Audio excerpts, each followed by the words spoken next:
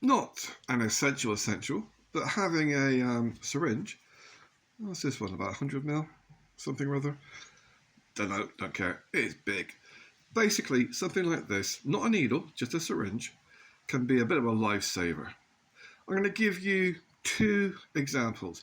One, you can use it to squirt something on a fire, such as air, to increase the airflow, or if you've got liquid fuel.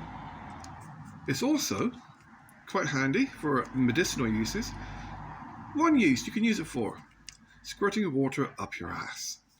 Now, you change your diet, you change your water. You've got two options.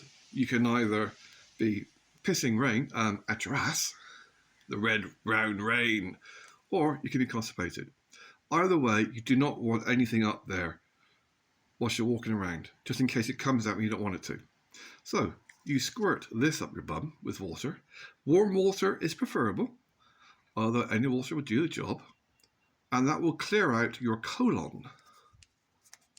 That way, even if you do get stomach cramps, nothing's going to come out because you've already rinsed it out. So it weighs practically nothing. Holds about, I think it's 100 ml.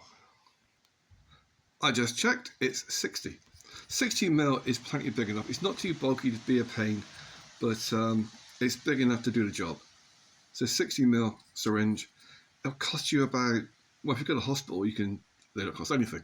But if you go to like a veterinary supplies, vet shop, pet shop, they'll have them.